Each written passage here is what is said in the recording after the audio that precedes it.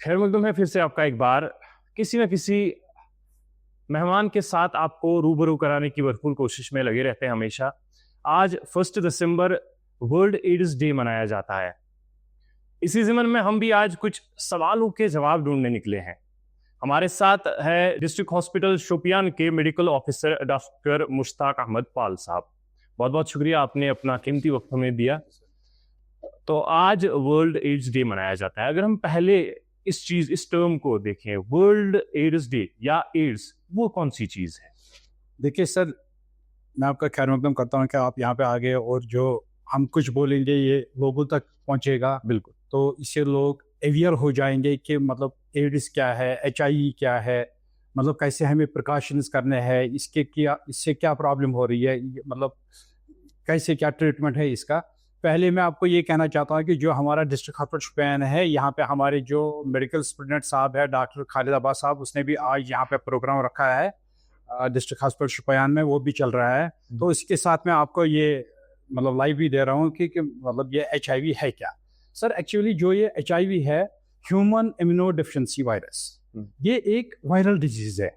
ठीक, मतलब स्टार्टिंग में ये this is a viral disease. HIV virus ये वायरस से होती है।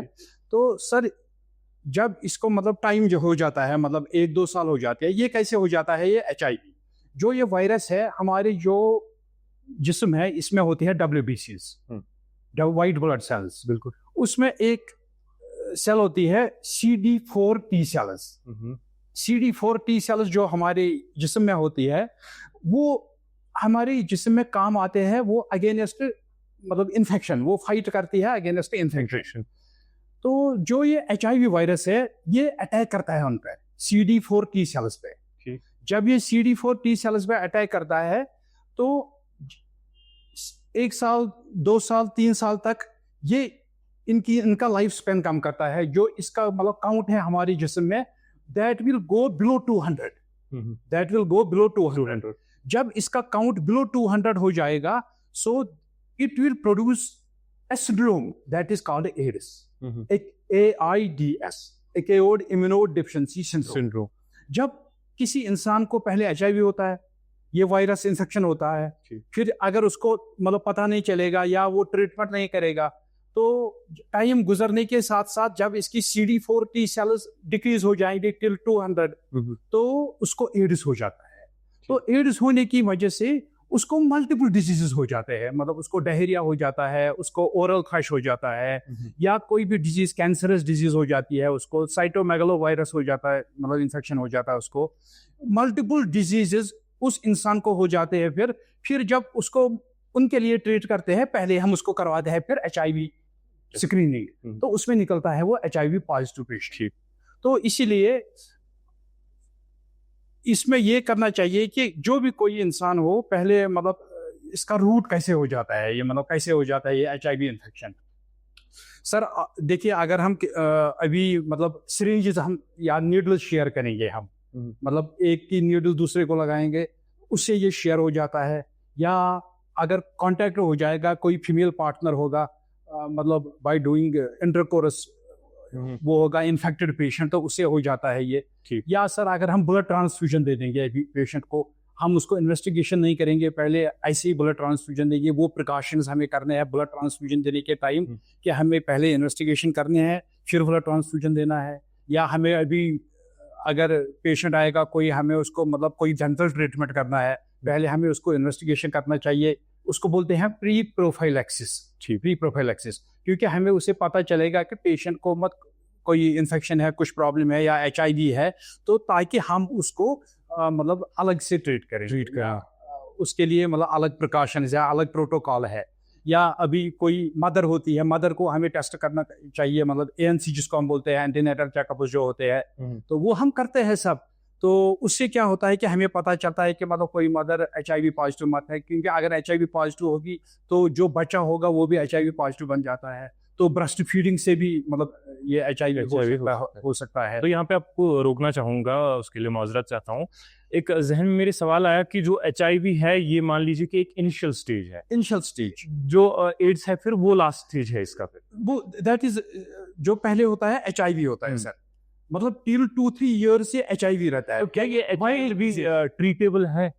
सर इसके लिए हमारे गवर्नमेंट ऑफ इंडिया ने मतलब यहाँ पे भी हमारे डिस्ट्रिक्ट हॉस्पिटल शुपियान में भी लैब्स रखे हैं, मतलब इन्वेस्टिगेशन करने के लिए फ्री ऑफ कॉस्ट। और उसके बाद जो अगर इनको लगेगा कि कोई HIV पॉजिटिव पेशेंट निकला, हम उनको शिफ्ट करते हैं सीधे सिक्किम्स में इसके लिए लैब है, वहाँ हमारे डॉक्टर लतीफ़ साहब है, तो वो इनको खासकर अगर उनको लगेगा वो वायरल लोड इनको चेक करते हैं, इनको फ्री ट्रीटमेंट देते हैं वो सिक्किम्स में। ठीक। तो इनके इसके लिए गवर्नमेंट ऑफ इंडिया ने हर एक फैसिलिटीज रखी है कि ये ट्रीट करने के लिए कि HIV और प्री प्रोफाइलैक्सिस इनको एडवाइस देने के लिए कि कैसे होता है कैसे नहीं होता है, ये हमारे गवर्नमेंट ऑफ इंडिया ने तो रखा। आपने अभी कुछ चीजें गिनवाई कि ये कैसे एक बंदे से दूसरे बंदे तक ट्रांसफर होता है, तो क्या हम किसी को टच करने से या किसी को गले लगाने से ये एक दूसरे से? नहीं सर, वैसे तो नहीं होगा। अगर हम किसी से मतलब या तो जख्म नहीं होना चाहिए, ब्लड मतलब ब्लड मिक्स नहीं होना चाहिए, या हम किसी को भी दांत निकालेंगे हम वो इंस्ट्रूमेंट दूसरे को यूज करेंगे विदाउट स्टेरिलाइजेशन, वैसे हो जाएगा ये। या डायरेक्ट कांटेक्ट मतलब ओरली मतलब बाई डूइंग इफ ये जो ओरल हमारा सलाइवा है इससे हो सकता है। तो लेकिन जो भी फ्लूइड्स हमारे अंदर है उससे हो जाएगा।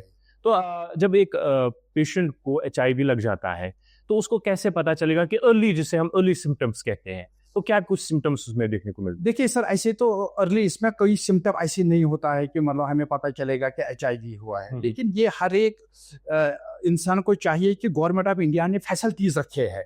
अगर हम जिसको हम बोलते हैं स्क्रीनिंग, जैसे हमारे गवर्नमेंट ऑफ इंडिया ने रखे हैं, मतलब हमारा NCD है, वहाँ पे हम स्क्रीनिंग करते हैं, मतलब हम देखते हैं कि ये एज ग्रुप अगर है, इस एज ग्रुप को हम इन्वेस्टिगेशन करेंगे फॉर डायबिटीज के लिए, हाइपरटेंशन के लिए हम स्क्रीनिंग करते हैं। इसी ऐसे ही हर एक इंसान को चाहिए कि वो स्क्रीनिंग करवाए, तो स्क्रीनिंग से पता चलता है कि मतलब इन्फेक्शन है या नहीं है, क्योंकि इसमें पहले ही इसमें सिम्टम डेवलप नहीं होते हैं। तो जो इसके इनिशियल मतलब सिम्टम्स है, मतलब इसमें फिर क्रॉनिक डायरिया होता है। मैं बोलता हूँ कि अगर हम बचना चाहेंगे इससे, फिर प्री प्रोफाइलैक्सिस एक तो प्रिकॉशन करना पड़ेगा। दूसरी बात ये है कि स्क्रीनिंग करना चाहिए टाइम टू टाइम, जैसे हमारे डिस्ट्रिक्ट हॉस्पिटल शुपियान में रखे गए हैं फैसिलिटीज, हमारे पास लैब है, वहाँ पे स्क्रीनिंग करनी चाहिए, मतलब महीने में एक बार, 2 महीने में एक बार स्क्रीनिंग करनी चाहिए। हाँ, तो उससे अगर आदमी को लगेगा किसी जगह मुझे नीडल से प्रिक लगा किसी जगह, या जैसे हम अभी फॉर एग्जाम्पल हम अभी पोस्टमार्टम्स कर रहे हैं यहाँ पे, कभी हमें नीडल से प्रिक लगता है, कुछ लगता है, हम तो आ जाते हैं, हम फिर स्क्रीनिंग करते हैं यहाँ पे, मतलब हम हेपेटाइटिस के लिए टेस्ट करते हैं, HIV के लिए टेस्ट करते हैं। हम देखते हैं कि ऐसे ही हर एक इंसान को चाहिए, अगर किसी जगह कुछ कांटेक्ट हो जाएगा, या नीडल शेयर हो जाएगी, या प्रिक लग जाएगा, कुछ होगा, या किसी वैसे इंसान से कांटेक्ट हो जाएगा कि जो पता चलेगा कि ये HIV पेशेंट है, तो हमें फिर स्क्रीनिंग करेंगे।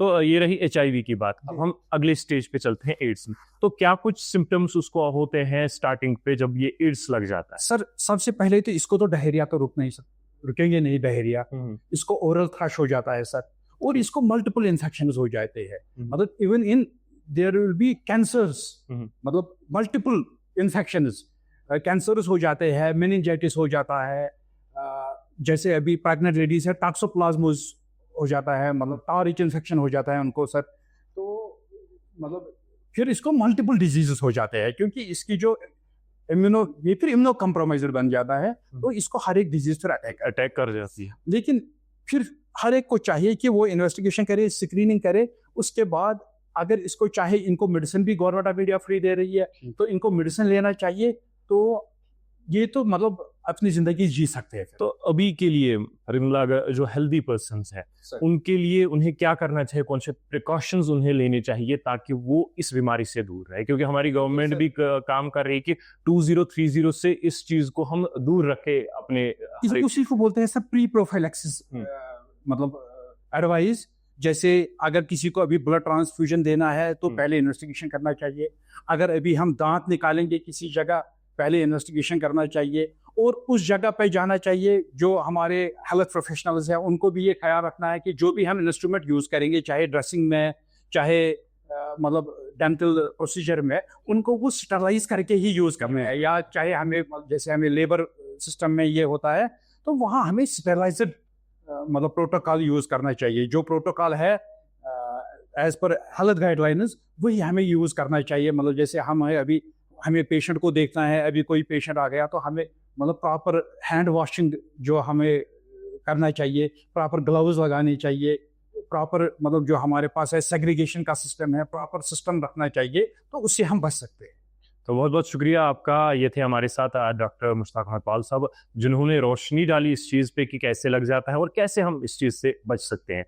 आप देखते और सुनते रहिए रेडियो 89.6 FM पैगामी शोपियां, हमारे दिलों की धड़कन।